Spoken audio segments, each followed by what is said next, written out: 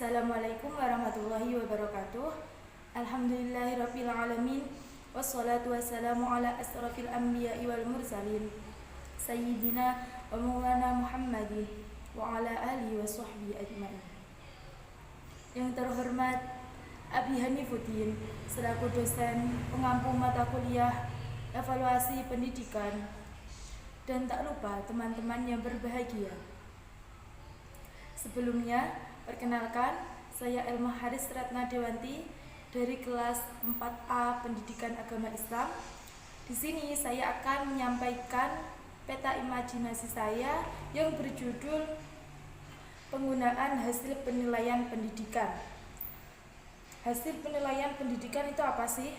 Hasil penilaian pendidikan yaitu sebuah bukti yang dimiliki oleh peserta didik atau siswa di lembaga setelah dia lulus. Apa fungsinya apa isinya? Yaitu berupa pengetahuan dan keterampilan yang dimiliki oleh peserta didik tersebut. Nah, dalam itu isinya tuh sangat lengkap, yang berisi tentang laporan prestasi selama dia belajar di lembaga tersebut.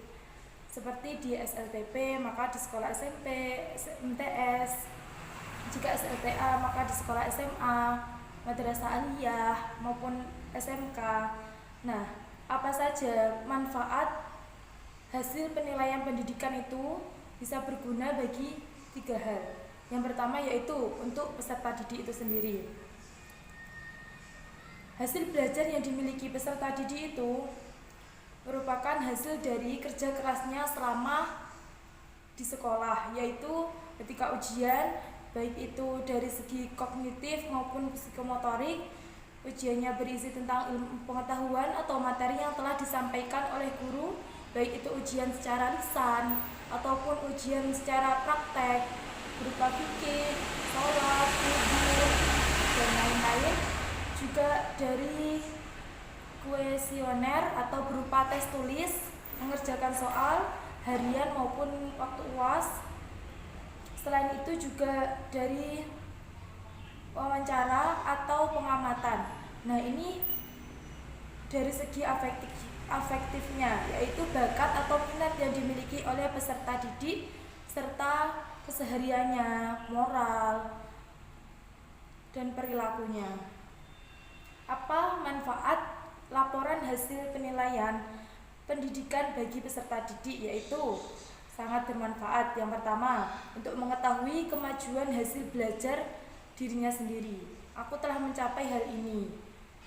Yang kedua, yaitu untuk mengetahui minat peserta di mata pelajaran tertentu. Jadi, aku punya keinginan, aku punya bakat di bidang matematika ataupun olahraga, bahasa, dan lain sebagainya.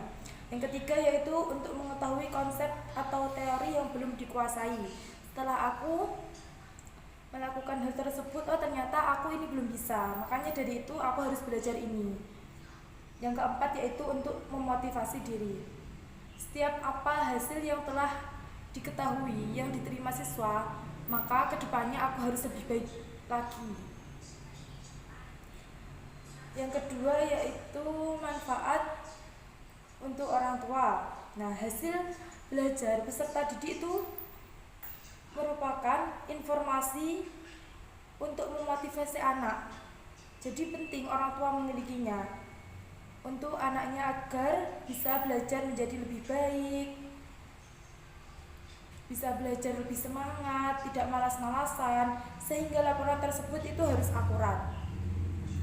Manfaatnya untuk orang tua yaitu yang pertama, untuk membantu anak belajar. Jadi anak lebih giat belajarnya, didukung oleh orang tua dan lingkungan. Yang kedua, yaitu membantu sekolah untuk meningkatkan hasil belajar. Nah, orang tua setelah memberikan dorongan kepada peserta didik atau anaknya, maka hasilnya itu juga memuaskan untuk sekolah. Yang ketiga yaitu untuk melengkapi fasilitas belajar. Setelah orang tua mengetahui laporan, maka di sini kekurangannya alat ini, yang lain ini, maka orang tua bisa mengajukan atau memberikan saran kepada sekolahnya. Yang keempat yaitu memotivasi anaknya. Semua apapun yang telah dilakukan, maka kedepannya itu pasti harus lebih baik. Yang ketiga yaitu gunanya untuk pendidik dan kepala sekolah. Dari awal pengetahuan yang kita dapatkan itu berasal dari pendidik. Jelas hasilnya juga bisa dimanfaatkan oleh pendidik atau guru kita. Yaitu untuk laporan itu untuk mengetahui kekuatan atau kelemahan yang ada pada peserta didik tersebut. Baik itu satu kelas maupun satu sekolah dalam semua mata pelajaran yang ada di kurikulum. Sehingga setelah mengetahui laporan, pendidik itu bisa mengajar menjadi lebih baik, baik dari segi metode, fasilitas sekolah, ataupun yang lainnya.